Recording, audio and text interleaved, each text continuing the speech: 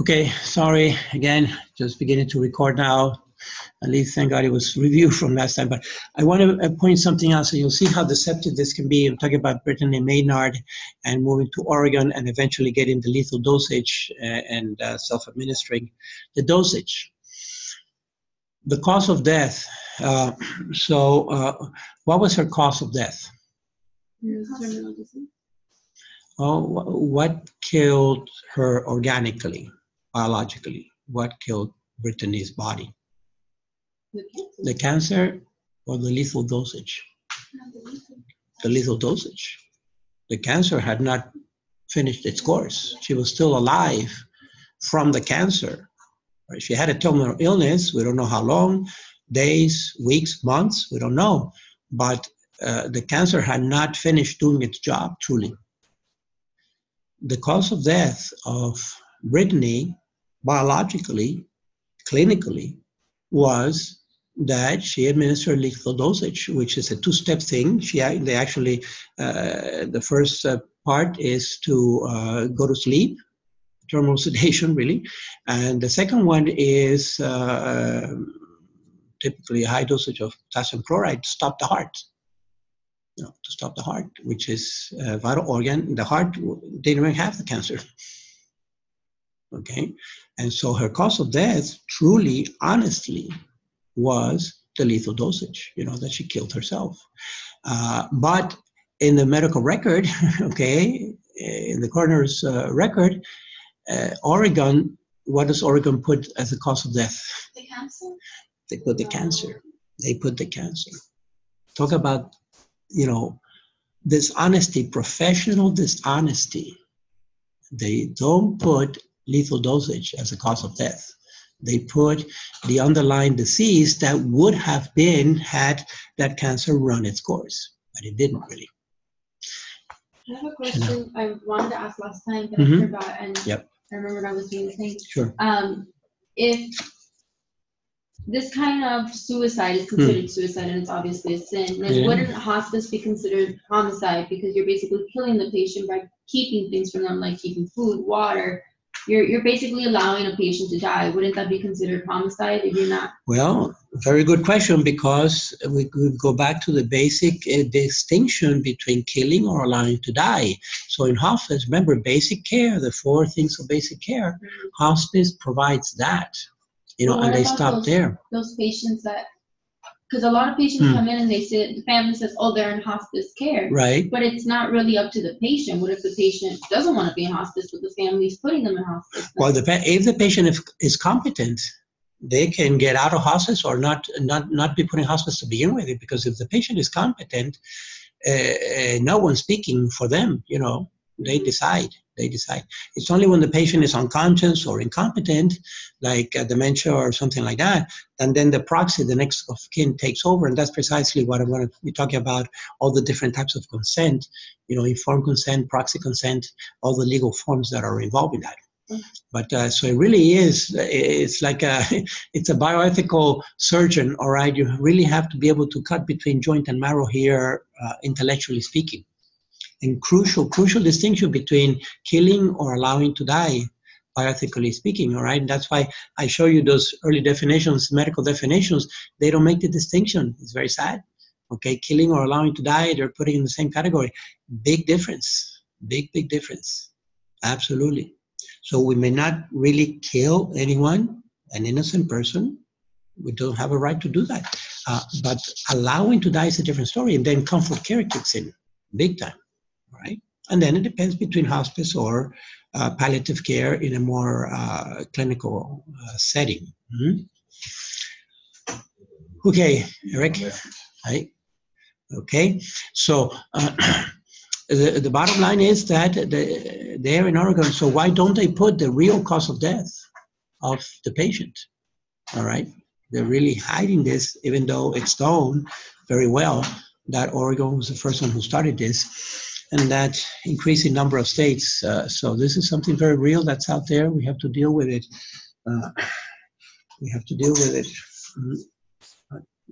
Medical professionals should never be engaged in killing their patients.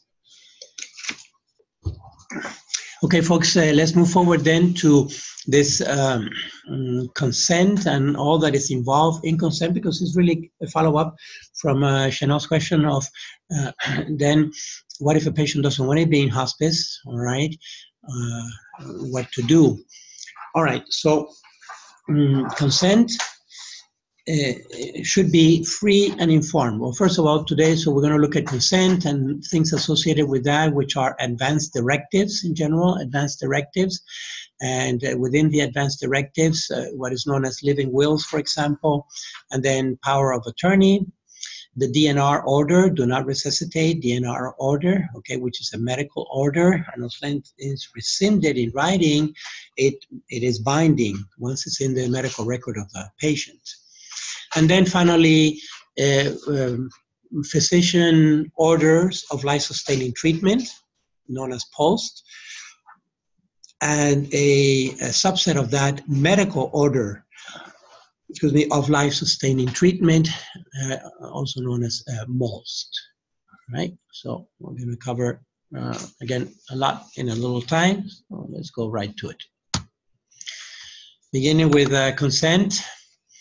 Using the ERDs, there are 4 plus 2 more ERDs that talk about consent, either personal consent or proxy consent, right? So if the person is lucid of mind, then they should be making their own decisions. And there are these 4 ERDs, 3 that follow, 26, 27, and 28, and then 59 on end of life. These in the 20s, the ERDs in the 26, 27, and 28, right, are in the section of the relationship between doctor and patient, or medical professional and patient, which is the third section of the document, I believe, the third part. All right, so I find that there's a little better logical progression going backwards, starting with 28 and then 27 and 26. And then 59 is basically the same, but in end of life section, which the end of life section is section 5 instead of 3. At any rate, this one is good because it's put these first 3 ERDs, these first 3 directives, are put within the section of doctor-patient relationship. So it means that it doesn't have to be necessarily terminal. It doesn't have to be terminal. We're using them in the context of terminal illness, but it can also be, these can also apply just for any particular procedure, medical procedure, all right? Free and informed consent. This is basic, this is fundamental, this has to do along with HIPAA, which is the rights of patients to know what is their condition, to get a diagnosis, and a diagnosis explained in lay terms, not in medicalese, all right? So the patient understands what's going on with them, and also the prognosis, what is, if there is a protocol for healing or not, and so forth. So person or a person surrogate should have access to medical and moral information. Medical and moral, in other words, there's an ethical dimension here, and also counseling to be able to form their conscience, right? Conscientia with knowledge. With knowledge is really the root of conscience. And that consent should be free and informed consent. Either from the person or the person's surrogate, someone that the patient has designated when the patient is incompetent, in the case that the patient is incompetent. So that's 28. Moving to 27 then. That free and informed consent requires that, so 28, in a sense, you see, is a right of the patient. Now, 27 is like the duty of the institution or the duty of the medical professional to provide the information. Just in case people weren't clear about this, that free and informed consent requires that the person or the person's surrogate receive all reasonable information about the essential nature and proposed treatment and its benefits, risks, side effects, etc., costs, all right? And any other reasonable alternative, including no treatment at all. Okay, so if 28 speaks about the rights of patients to have the information 27 speaks about the duty of the institution and the professionals to provide the information. All right. Then finally, 26 then is the free and informed consent of the person or the person's surrogate is required for medical treatment and procedure, except in emergencies. So this is carving out an emergency situation when either the patient may be unconscious coming in through the ER unconscious, and a surrogate was either not assigned by the patient or not localized, not being able to be reached at the moment of the emergency. So what is the obvious, what is the logical and the ethical thing to do in an emergency situation? What do we assume regarding the patient? That they want everything done for them. that they want to be treated. At least begin with that, you know, that they want to be treated. So assume that they want to be treated. And so we assume, because that's benevolence, we wish the best for the patient, willing the best, benevolent, and then doing the best, beneficent, right? And so the ER is going to act on that belief. Then finally, and notice that these, again, because these ERDs fall within the doctor-patient relationship section, it doesn't have to be terminal necessarily. It can just be some kind of serious illness, all right, or condition. And then finally, within the context of terminal illness, that's 59 now, which is in that fifth part of the ERDs with regards to end of life.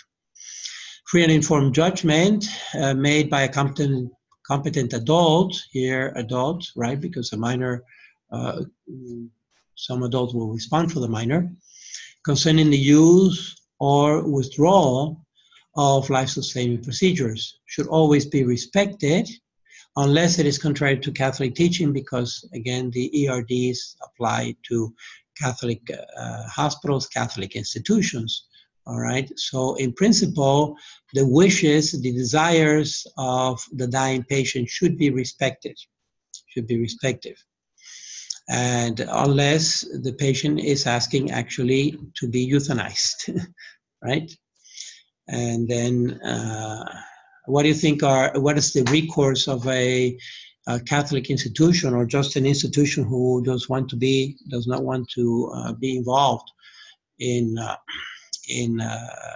physician-assisted death? For example, Kendall Regional is not a Catholic hospital. Messi is Catholic, used to be Catholic, but Kendall not, and yet they're going to apply the ERDs to Kendall Regional, right? Just on ethical values, on ethical beliefs. So what is the recourse if the patient's intent is asking to be killed? What is the last recourse that the hospital has? Transfer patient. They can appeal, the hospital can appeal to what is known as institutional conscience, right? Institutional conscience, and therefore we may not do this procedure, so request a transfer. And there are other hospitals in town, sadly, that will do it, so, okay, all right. Finally, and then we go into proxy consent, all right, proxy consent, and these are two ERDs, ERD 25 and 24, so you see a good section of part 3 of the ERDs, talk about personal patient relationship and the consent of the patient, right? So now this is a patient who is, this can be done in advance, so ERD 25. A person may identify in advance a representative to make healthcare decisions on their behalf. In the case that person will lose consciousness or capacity to make those decisions, either by old age, dementia, Alzheimer's, or by traumatic injury, that the person will be unconscious, all right? So this is something good to have. It's proactive, and I tell you, it will save a lot of the stress from your loved ones, all right, when you have these things done. For example, in the case of Terry Schiavo, if she had had some advance directive, it would have saved years of anguish and agony and bitterness, and even legislature that went all the way up to the Supreme Court. It went to the Vatican, and so it was a royal mess what happened with poor Terry, eventually disconnected just to die by dehydration and malnutrition. Okay. So if the patient's intentions are unknown, then the surrogate will look for the best interest of the patient. That's very important, that the surrogate will be looking for the best interest of the patient, all right? In the event that the advance directive is not executed, those who are in a position to know the best interests of the patient should come forward and express that, all right? And they should participate in the decision-making process. Typically, it's family or friends. Bless you. Thank you. Okay, so again, this is a proxy, and it's ahead of time when we are truly healthy of mind and body to make this decision to assign someone to speak for us on our behalf. And then 24, ERD 24, has to do with the law. So in compliance with federal law, a Catholic healthcare institution will make available to patients information about their rights under the law of the state and advance directives for medical treatment. Each state has some kind of documentation available that I'll show you today. Like, for example, the DNR is a state form. A durable part of attorney also comes from the state attorney's office, all right? And those last two, pulse and most, are also state crafted. So again, this is kind of parallel. 25 is proxy consent, the right of every one of us to assign a proxy to represent us.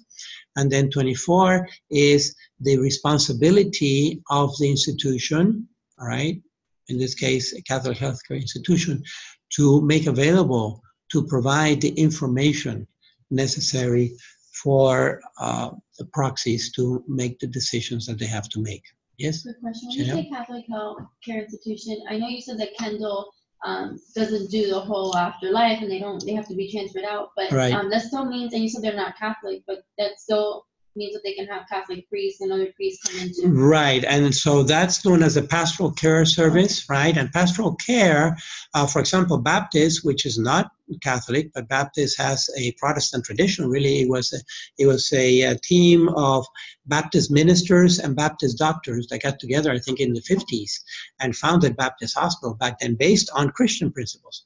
And so, but they have a very extensive pastoral care service, and they have under staff, they have Protestant ministers of different denominations, they have Catholic priests, they have rabbis, they have imams, for Muslim people.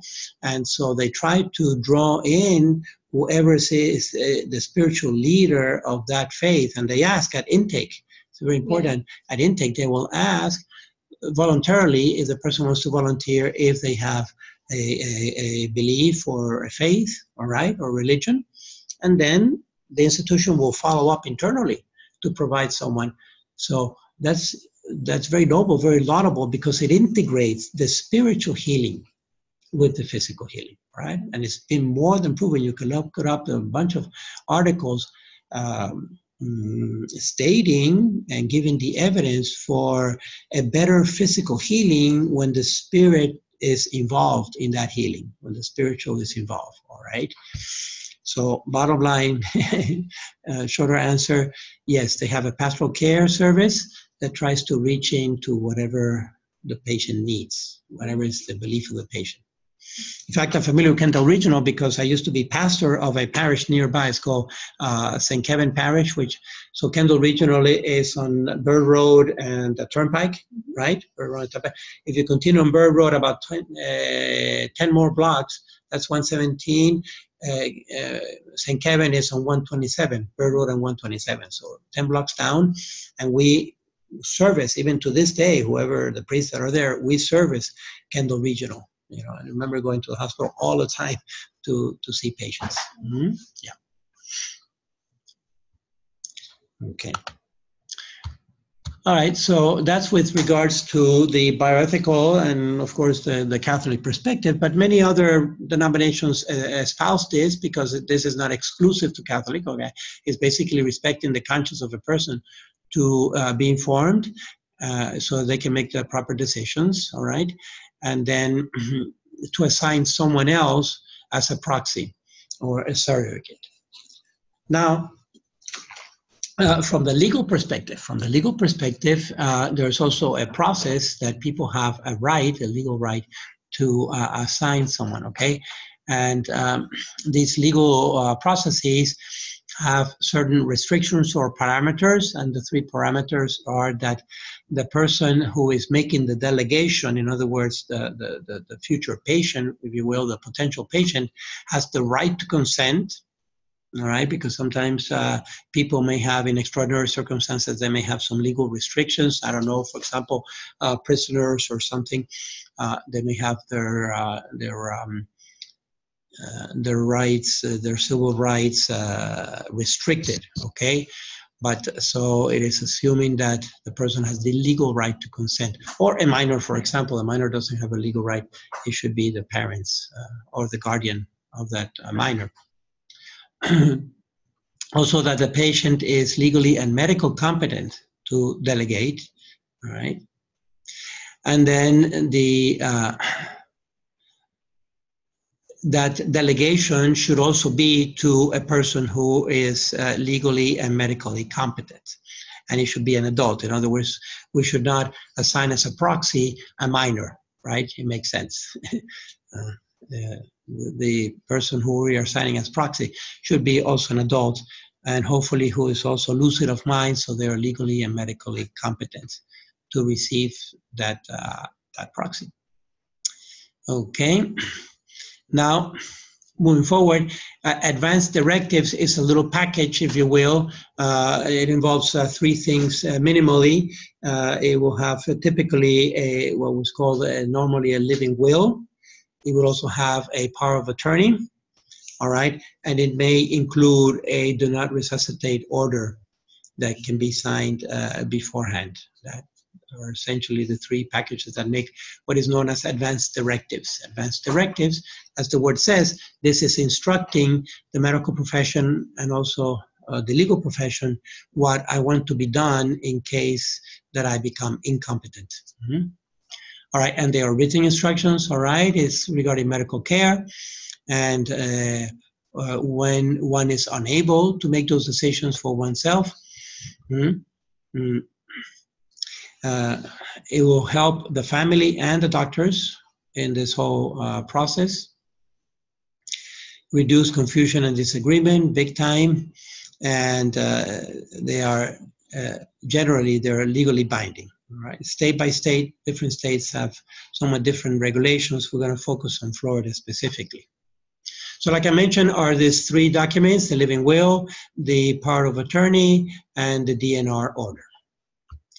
Let's move forward then. With regards to the living will, we have what is known as a Catholic living will in Florida. Okay, take one and pass the rest, please. You're welcome. So there is a group that is essentially a lobby group for Tallahassee with regards to Catholic issues. And this lobby group is called the Florida Conference of Catholic Bishops. There are in the state of Florida 7 dioceses. For example, the Archdiocese of Miami is the largest one, and it covers 3 counties, Dade, Broward, and Monroe counties, which is the Keys, all right? So all of the southeast portion of Florida, Broward, Dade, and Monroe, the Keys, all the way down to Key West.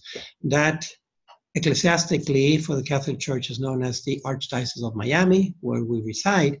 All right, that's one of the 7 dioceses. Palm Beach as a diocese, Orlando, then Pensacola, Tallahassee, St. Augustine. On the West Coast, there's Tampa, St. Pete, and finally Venice, Marco Island, that whole area down southwest, right? So 7 dioceses. All of these 7 dioceses together, they have an office in Tallahassee that does lobbying with the state legislation for Catholic issues. And typically they're in three different areas. They're the areas of human life issues, like respect life and so forth. There's the area of healthcare, and then the area of education, all right? Those are the three main areas. And that group, that team there is called the Florida Conference of Catholic Bishops. They have a website. I give you the site down here, all right? And you can explore it, or you can refer it to family and friends. If any of these issues from the Catholic perspective, it will give you what is the Catholic perspective on the issue. All right, I'm focusing on this document, which is known as a Catholic Declaration on Life and Death. All right, it's a Catholic Declaration on Life and Death, and it has both. It has the Advance Directive and the designation of a surrogate, all right, or a proxy. And like you can see, it's 2 pages. So one side is the directive, and the back side is the designation of a proxy or a surrogate. All right, and it starts with a statement of faith that I believe that I have been created for eternal life, and therefore I'm going to die someday, right? But my ultimate destiny is eternal life. So based on that basic principle, then what I would like to have done or not done at the end of my life, especially if I become incompetent. All right. So you can read the fine print. These are for you to keep. In fact, I was involved in the crafting of this document back in the 90s when I came back from Rome with a doctorate in moral theology. It was a team of us, and it was very exciting to be part of this. It's revised periodically, but the substance still holds. All right. And so just very basic, the name and the address of the person, the current address, and then phone numbers for contact. And sorry, the name of the patient or the person would go on the very top. And then the name and address here are for the 2 surrogates. One can assign a primary proxy and a secondary proxy in case the primary proxy is on vacation in China and they cannot be reached. You know, they're going to be there for 6 months. You can't reach them, so you can assign a second, an alternative, if you want to, if the patient wants to. All right, but there's room for 2 proxies in order of priority as they appear on the document. All right, and then the backside, it mentions, in case I do fall unconscious and terminally ill, provide comfort and to relieve pain if possible, and the things that should not be done. I should not be killed, but I should be allowed to die, and so forth. It follows essentially the ERDs. Any additional instructions can be put there, going over, and this includes, you see Chanel number 5, the spiritual care is also integral to this, all right? Spiritual care is integral to this document. On the backside, number 5 there. All right, and then finally some signatures to make it official. There is the declarant is the actual person, the patient, myself or whoever is signing this, yourselves, and the date, the current date when it's signed, the last 4 of the social, so that anchors it legally in case they need to trace back our records. And 2 witnesses, as you can see, 2 witnesses. The 2 witnesses just need to be 2 adults that witness my signing of this document. And also, so the witness sign and they also print their name out, all right? And that they're just witnessing the signature. Really? No. Sorry, not today. All right, so the witnesses are not the proxies, all right? Obviously, you talk to the proxy beforehand to agree. With regards to the proxy, it's important that the proxy agree basically to follow our wishes. But the proxy doesn't have to be an expert either. They don't even have to be Catholic. They don't have to be Christian. They don't have to be believers. They just need to agree to follow our beliefs. And so all that the proxy needs to do when the event happens is to get in touch, for example, with the Florida Conference of Bishops or in the local church, a priest or someone in the local parish, for example. Just reach out to some local Catholic institution because these institutions are familiar with the ERDs and they know what to follow technically, All right, so it's important. Sometimes proxies are standoffish because they don't really know about bioethics. They haven't taken this course or anything like that, and they feel leery about representing someone. Says, look, all you need to do is just follow the Catholic teaching, which is out there and it's documented, and there are resources. These people at the conference, and sometimes I get calls from them. They refer me to individual patients or their family for follow-up. All right, so. What do you do with this? Is there like another exam? No, it doesn't require a stamp. It doesn't require a stamp because this is at the spiritual level, if you will. It's a statement of belief, but it does require that you talk about it with your family so that everybody knows and is on board, that you select at least one proxy, all right, and they're on board with it, and then 2 people who will witness your signing back here. You don't need to put any additional instructions if you don't want to. Just basically follow the ERDs, and then you make several copies.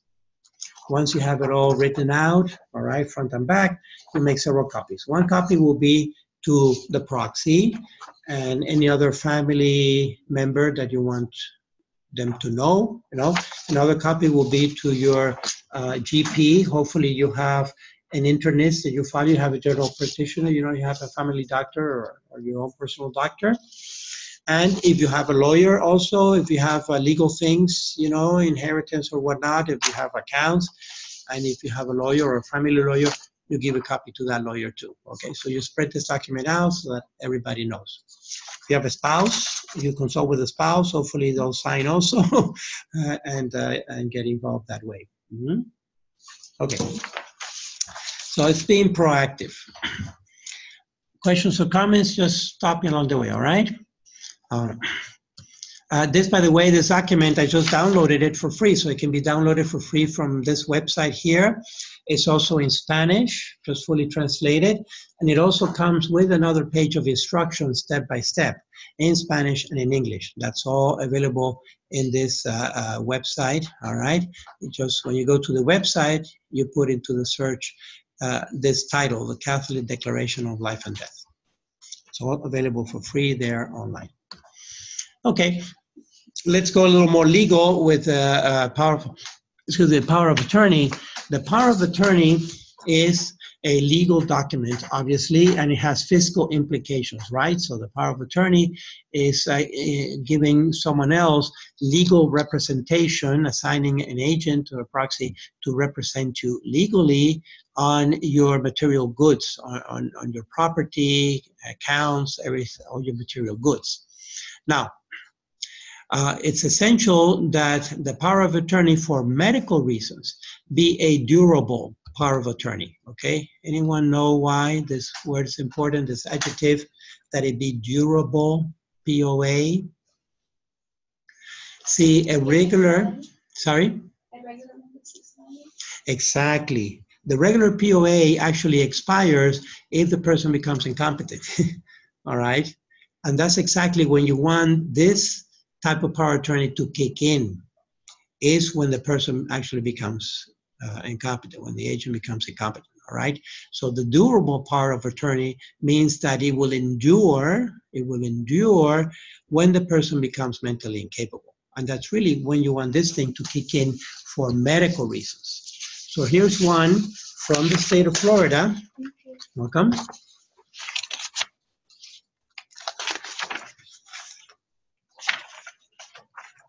And this is one that is from the state of Florida itself. So you have to be careful in different states have different regulations and it can be tweaked, all right? So you want to make sure that it's current for that particular state, being that this is a legal document. So this is, again, written up when the person is still competent and sound of mind in consultation with their lawyer, okay? So it has mostly to do, again, with fiscal stuff, including a safe deposit box and banking powers and all that. But for our purpose, what we're interested in here is on actually on page 2 is number 10, healthcare. All right, healthcare, which actually is the next to the last point. Healthcare powers. That's the one that you're delegating for medical reasons. All right. So the other part of the document is up to you, but this one really is the one that I'm focusing on with regards to healthcare, making decisions that will be binding legally. And again, this saves a lot of heartache on the next of kin or whoever is going to be taking care of us. In the case, God forbid, that we do become incompetent, this saves a lot of heartache because your wishes are stated explicitly. All right. This one you do need to get notarized because it is a legal document, and once this is notarized, then it's binding.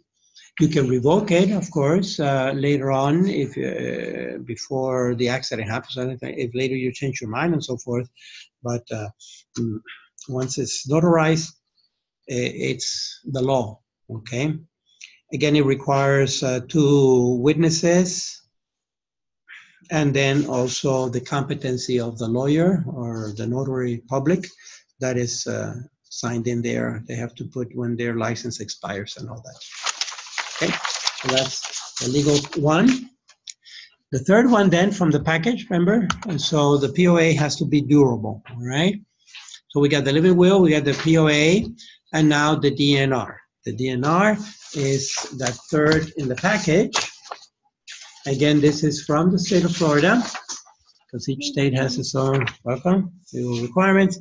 And this one has a kind of a funny one. These papers accumulate. And have you ever seen in a clinical setting, have you seen a medical record? How many of you have seen a medical record, an actual real life medical record from a patient? Yeah? Okay, it gets to be a book, right? And the book keeps getting thicker and thicker, dozens, and may come to hundreds of pages. It's starting to pages. It's starting to look like a rim of paper from the photocopy machine. And everybody wants to have the top part. Well, this one has to be in yellow so that it sticks out to be legal. Actually, they have a little square there. I photocopied it in color on purpose so that you see, unless it's in yellow paper, they don't say what kind it is, canary yellow or whatever, pastel yellow, whatever yellow you want to make it, but it's got to be yellow to be legal. Yes, also has to be yellow, huh? Yeah. Look at that. Okay, so the to match, does it have to be the same yellow or can it be different? All right, but no, there it is. Okay, DNR is very important because it's also the law, and they'll even post it if a bed on top of the bed, right? You see the DNR there. All right, well, that's the law.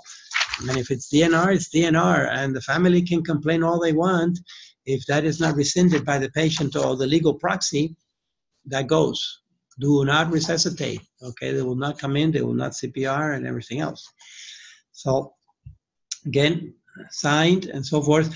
The DNR is, from the Catholic perspective, is suggested to not sign, but rather give it to the proxy. Okay, so have it as part of the package if you're filling this out, have the form there, but not sign it because we never know at the end what medical treatment will actually be available or not. Okay, so the suggestion here, in contrast with the other 2 documents, is to not sign the DNR, but have it in place for the proxy to sign in case we do become incompetent and the proxy estimates that a DNR would be extraordinary means of saving my life, all right? That's the whole point, because the proxy is going to follow Catholic teaching. And when to DNR is if it becomes an extraordinary procedure. The cases that I mentioned, typically very old. In this case, we don't have to worry about the very young, right, if it's for self.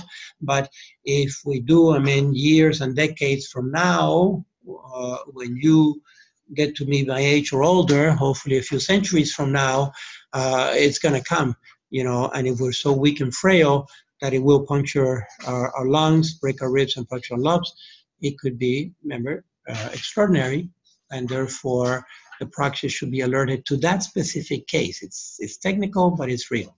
Eric? The DNR, when does it actually take place? Because let's say you have a patient that he's eating a sandwich or something, and he becomes asphyxiated. Right. I mean, do you stop the choking or do you say no? I mean. Very good point. All right. But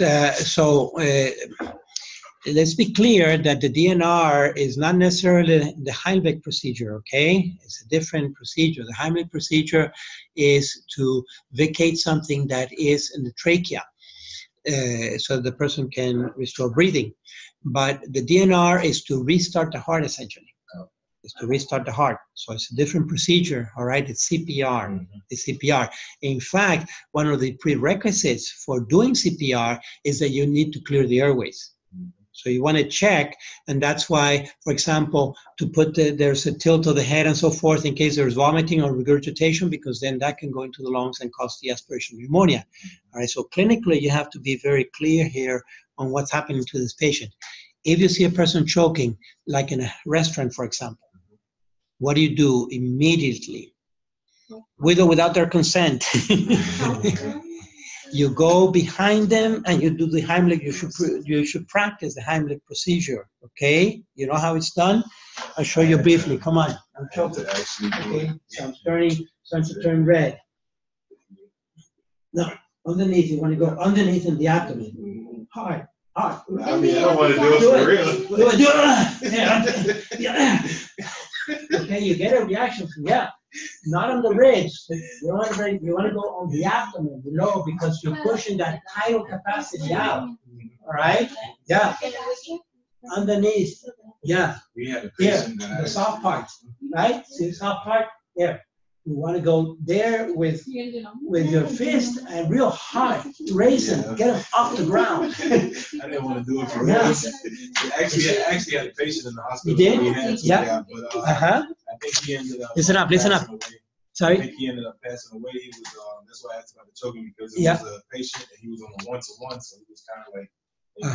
So he was eating. And he just became asphyxiated on the sandwich. Right. And me and my coworkers, so we had to do the Heimlich and everything. Yeah. And then he just turned blue and everything, so because he aspirated into his lungs, so we had to do CPR.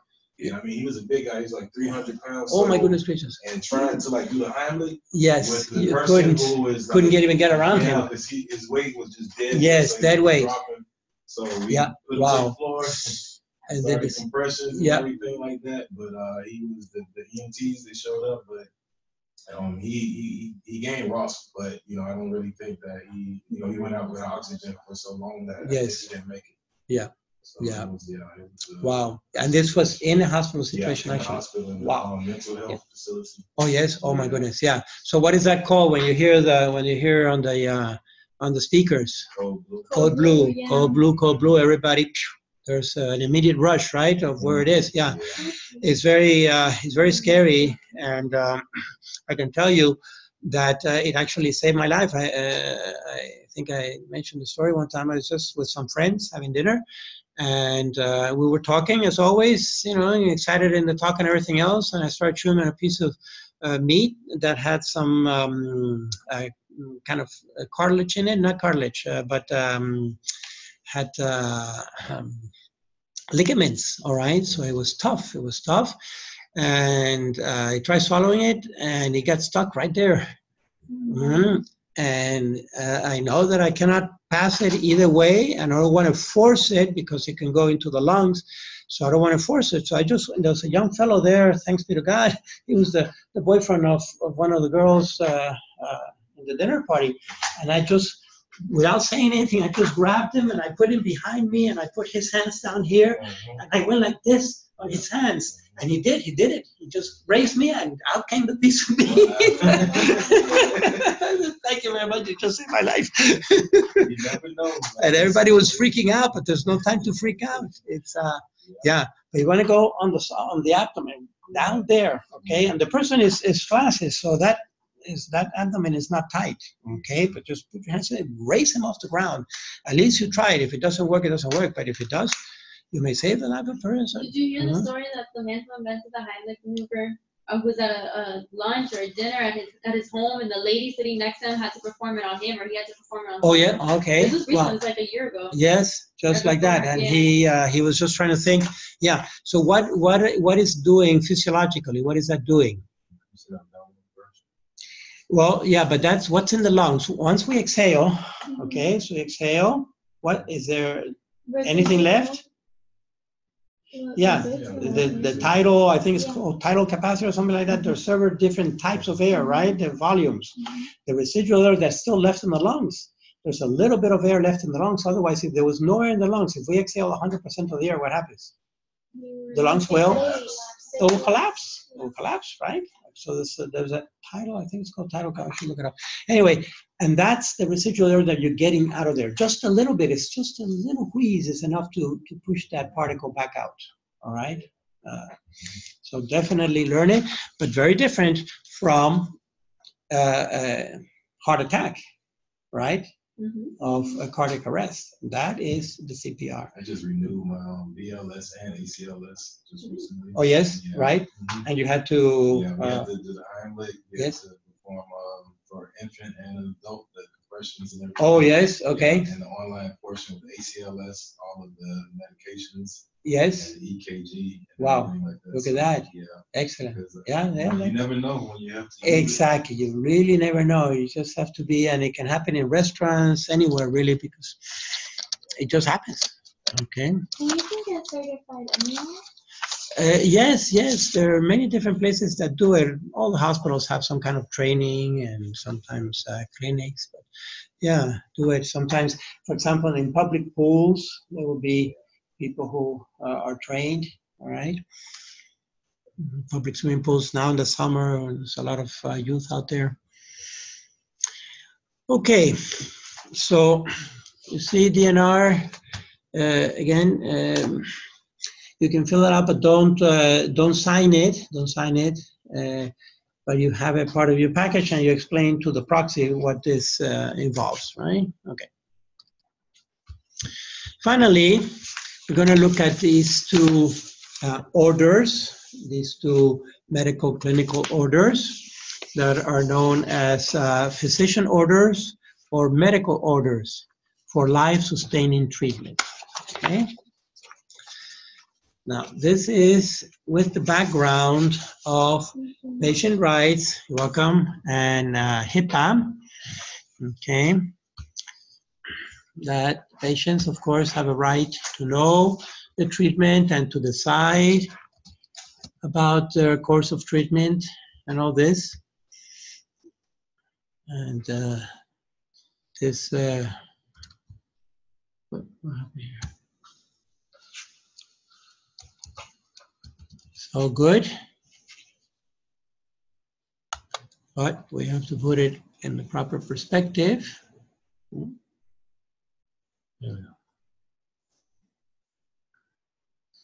Health Insurance Portability and Accountability Act, part of HIPAA is patient rights, okay? Patient rights have to be interpreted correctly, not as absolute rights, but reasonable rights. In other words, the patient could be a doctor, could be an MD, doctors also get sick, right? But not necessarily, the vast majority of patients are not doctors. And so patient rights have to be couched, if you will, into what's reasonable. And it's not reasonable for the patient to tell the doctor absolutely everything of what they want done or what they don't want done. All right, so because the medical profession has been experiencing the past, probably since the 80s forward, about 3 decades now, that patients want to tell doctors more and more of what they want done or not done because they've heard so many stories and problems. It's not, it's getting professional. That now the medical profession is trying to push back a little bit on these patient rights and put them in the context that at the end of the day, who is the professional, who's the competent person to do the healing, to practice the healing, is the doctor, is the physician, okay? So when it comes to end of life, this is one way of physicians trying to cover themselves legally with life-sustaining treatments. And again, this is state specific. So you see this one is for Florida. And is trying to offer several options, 5 options, if you will, from A to E. From A to E. But it's a little tricky because with these physician orders, once this is signed, again, it goes into the medical record and it is binding for the health professional, right, and the institution. So basically, it's the first 3 is a gradation, if you will, of a very proactive resuscitation to none. So, for example, A has to do with CPR specifically, to attempt CPR or not. B gives medical interventions, three levels of intervention, if you will. Full blast, everything that medicine can do should be done at that point if it's full treatment, or limited to intermediate interventions, but not extremely aggressive. It tries to define more in detail there in the fine print.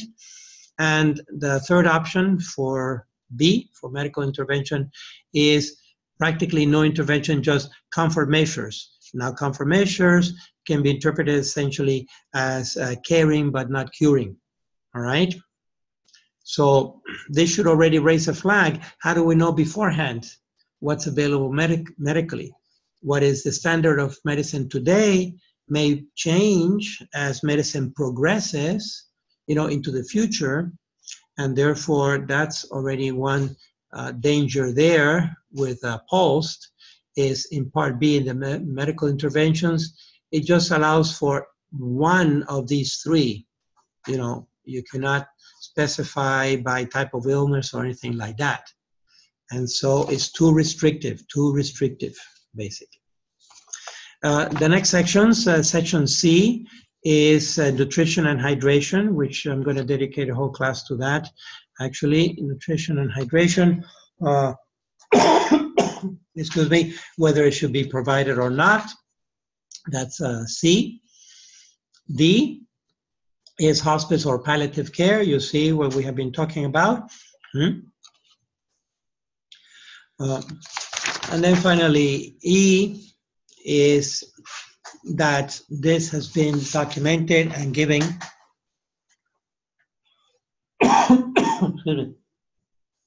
the documents given to all these people, check, the healthcare professionals and the proxies, whoever is representing the patient.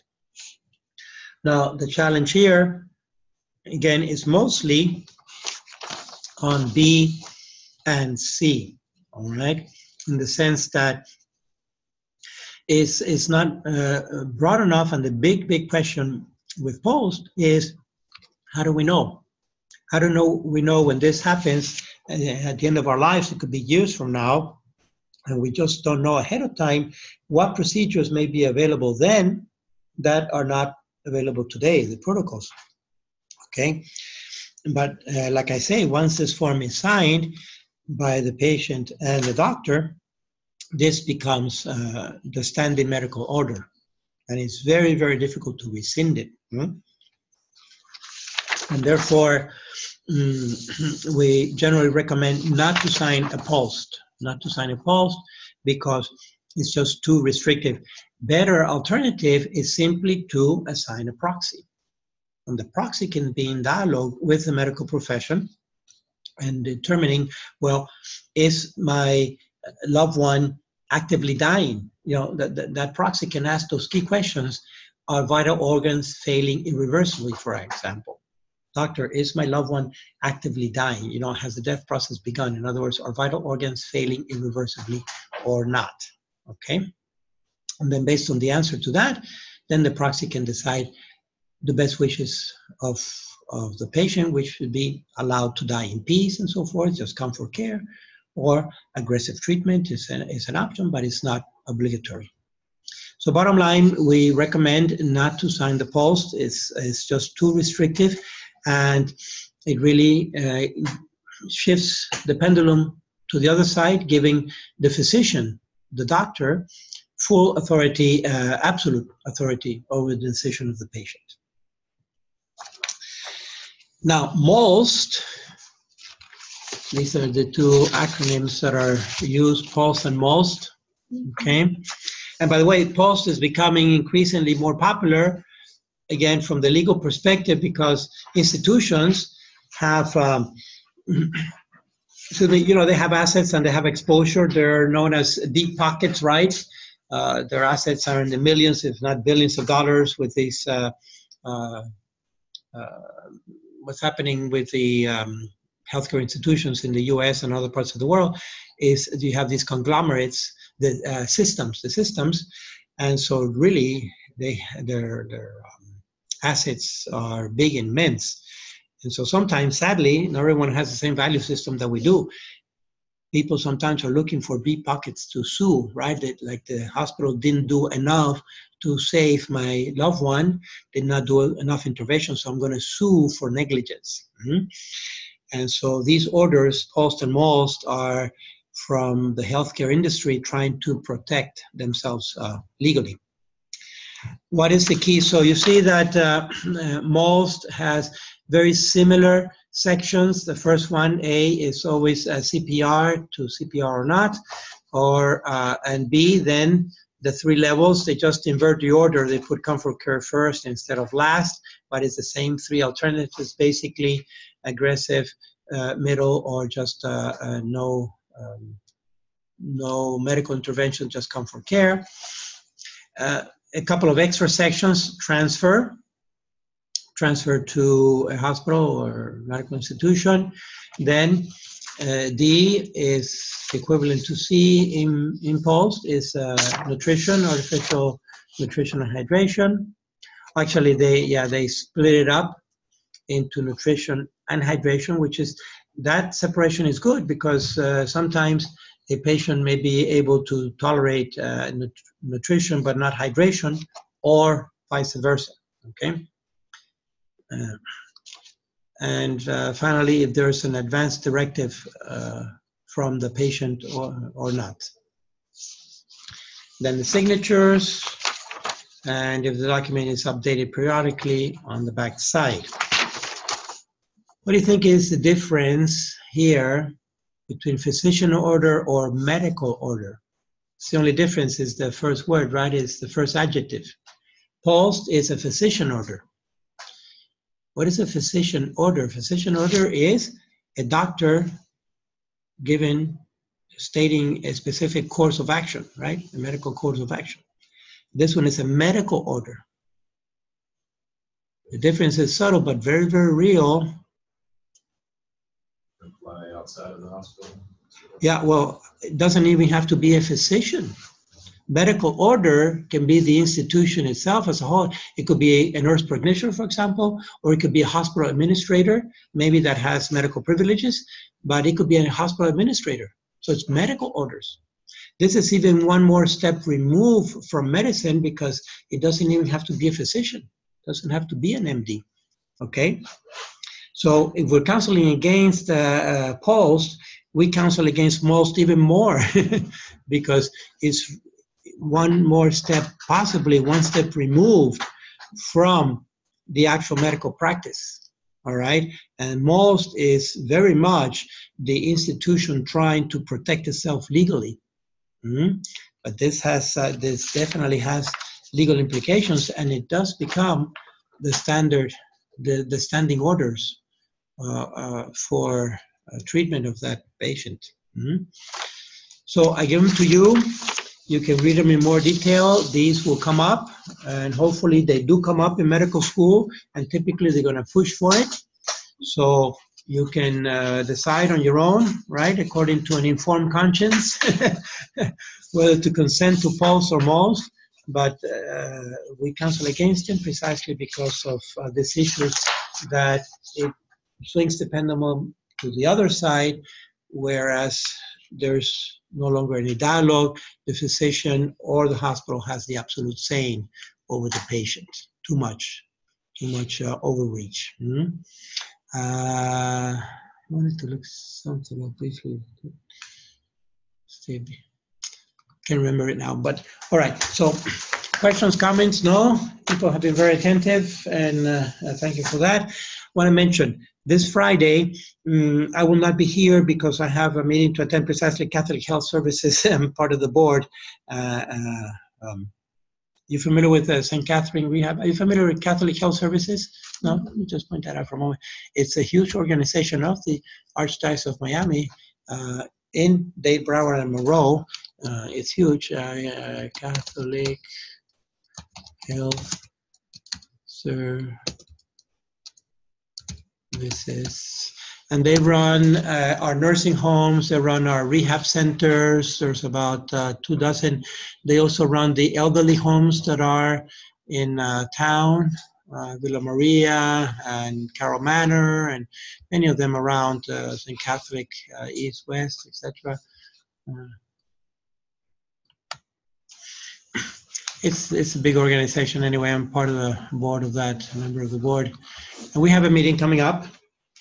Therefore, there will be no class, but there will be a lecture, okay? So I'm going to record the lecture. It might not take the full hour, but I'm going to record it. It's going to be on nutrition and hydration, and I'll record it beforehand and send you the link so that you can see it. It will be a YouTube, all right, on nutrition and hydration. So I will expect a summary of that, and that summary will be due next Sunday at midnight. All right, so the lecture will be actually online. It will be a YouTube. You can download it and look at it. Okay, but do not come to this lecture this coming Friday. All right, all right. Anything else? No? Good, excellent. Okay. Yeah, I went to the clinic already, so they gave me the CPAC and the whole thing. So it's still there, but it's coming out now. Thank you, appreciate it. Yeah, it's just going around. Yeah, it's the changes of temperature. I don't think it will. Try not to get old. Yeah, rain right now. Like, now I have to move my vehicle. Oh yeah. Oh wow. Go. That was go the closest that I could get to, like without. Yeah, sorry about that. Yeah. Okay. All right, go for it. Bye bye. Thank you. You're welcome, Anna. See you.